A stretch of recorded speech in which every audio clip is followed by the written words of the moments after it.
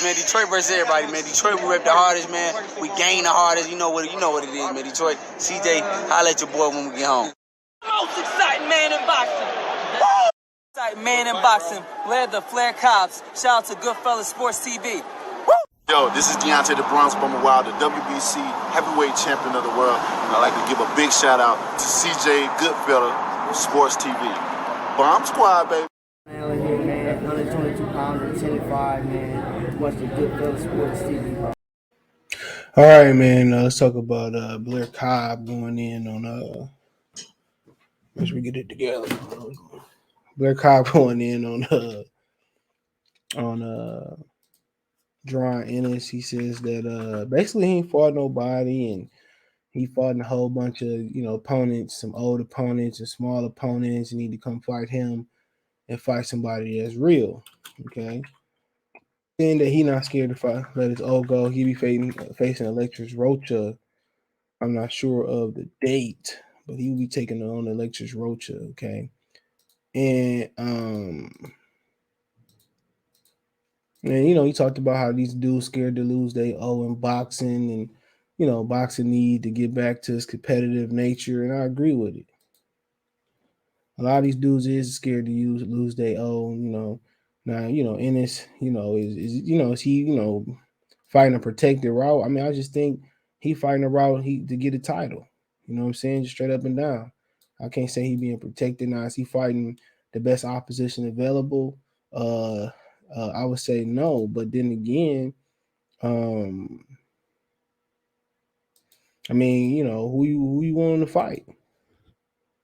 He right now he in the position that Earl was in coming up at the welterweight division when he was more risk than he worth reward. Now when he started to slow down or somebody started to show a chink in his armor, you know what I'm saying? Then, people gonna step up and want to fight him. I've seen this process before. Nobody wanted to fight Lucas Matisse. It's a lot of dudes that walked around here and got the boogeyman, stigma and all of that. So, I mean, it is what it is.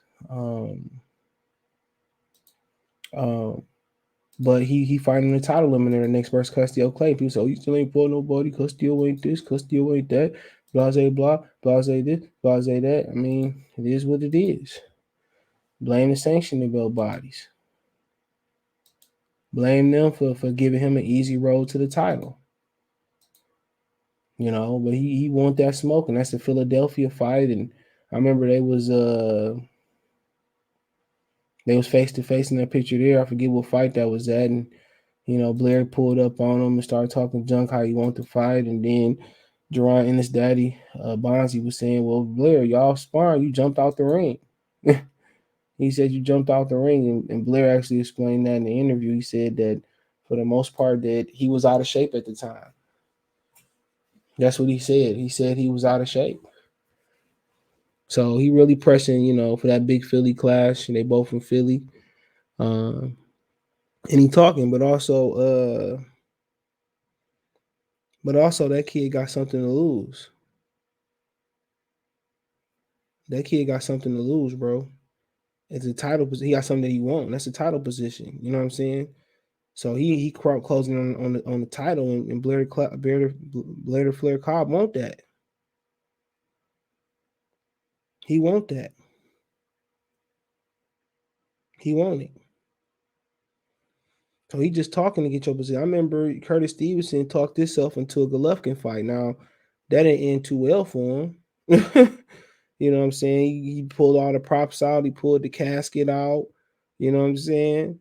And, they had like a little funeral for Golovkin before the fight. Golovkin carried and punished him.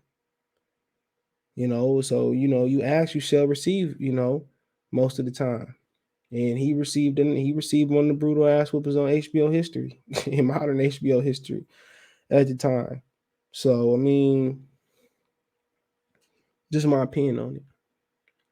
So, I mean, obviously, it's a big East Coast clash. It's a big fight.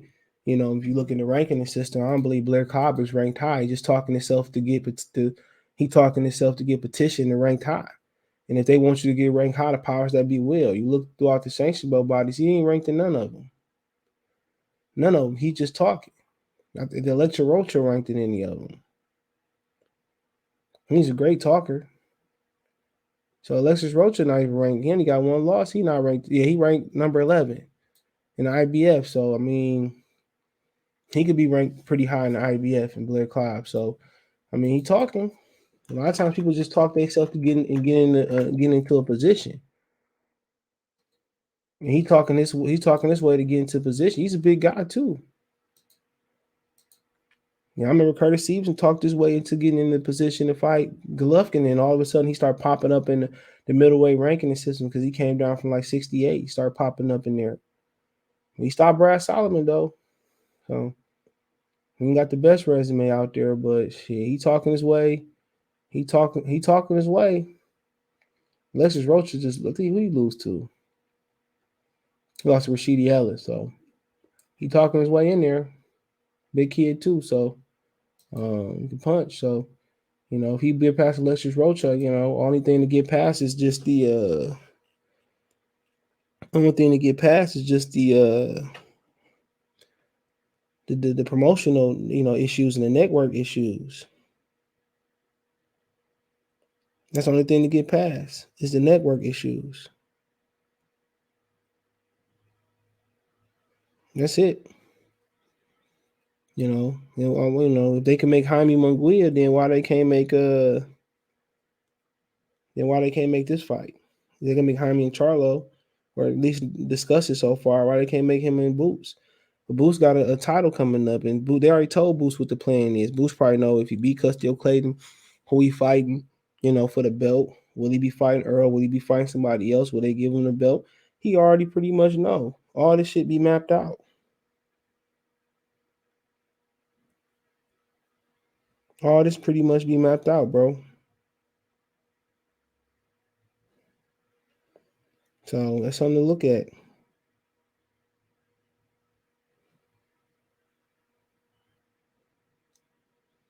That's something really to look at. So, he talking. A lot of people love talking, even though if the actual, I'm not saying this is the case with him, even though if the actual footage don't show that they really can't compete with them, people talking, people love to listen. I used to listen 24/7, listen to all these people say how they was gonna beat Floyd, and you get wrapped up in it, they get in, they just another opponent, they just another number, they just another statistic in my Bill Bellamy voice. So I mean, it's something to look at. But they should, they will send them over to Showtime. It's a good Philadelphia fight. Should sell some tickets. Should sell some really good tickets over there. So why not? Why not make this happen? If you Al Heyman or you Showtime, why not let Blair Cobbs come over there? As long as everything's straight, it's not an expensive fight. But or is he also talking them out of the fight? Do he know something that they don't know about Jaron Ennis? So Bonzi and him and Jerome's kind of dismissing them like he's a wrestler and all that. But maybe he might be trying to capitalize on some publicity, bro. Do a local show. Do it in Atlantic City. Do it in Atlantic City, bro. Make too much sense. He said this man is scared to look him in his eye. So I mean, shit. I mean, you just was fighting Chris Van Der. What is it to put this to sleep? I guess it could be his first title defense if he get a belt. If Blair Cobbs keep winning, I heard the winner Alexis Rocha and Blair Cobbs is supposed to be taking on. Was supposed to be taking on Virgil Ortiz. So he also blasted Virgil Ortiz. So this talk may be on mute for a while because he might have to go up there and fight Virgil Ortiz. So we shall see. We shall see, man. But he talking good game, bro. And Boo's gonna have to answer that. He gonna have to answer questions, and fans gonna have questions, and fans gonna be like, "You already said about you. Said you scared. What you gonna do about it? What you gonna do?" So Very engaging speaker. But I think Boots will take care of him. But he's just as big as Boots. People saying Boots fighting 100 and small 140-pound guys, and he doing this. And he also said they could do it in Las Vegas at the MGM Grand. He said they could do it in Vegas. So he already got this planned out.